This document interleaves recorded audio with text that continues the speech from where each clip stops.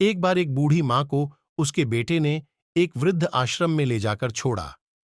इस मां का ये वही इकलौता बेटा था जिसके लिए इस मां ने जीवन भर संघर्ष किया।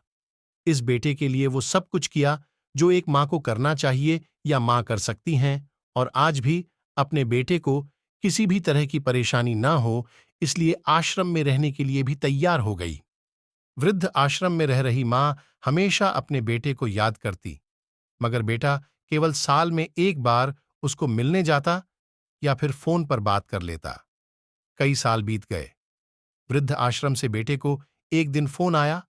उन्होंने कहा, बेटा, जल्दी से आश्रम आके अपनी मां से मिल लो, उनका तबीयत बहुत ज्यादा सीरियस खराब है।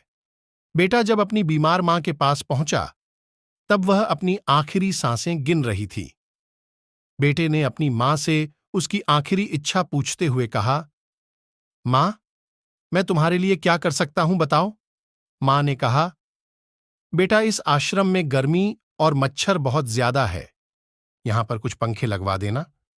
फ्रीज ना होने की वजह से यहां पर हम बूढ़ों को कई बार भूखे पेट ही सोना पड़ता है, क्योंकि किसी का दिया हुआ खाना खराब होने से नहीं बचा पाते।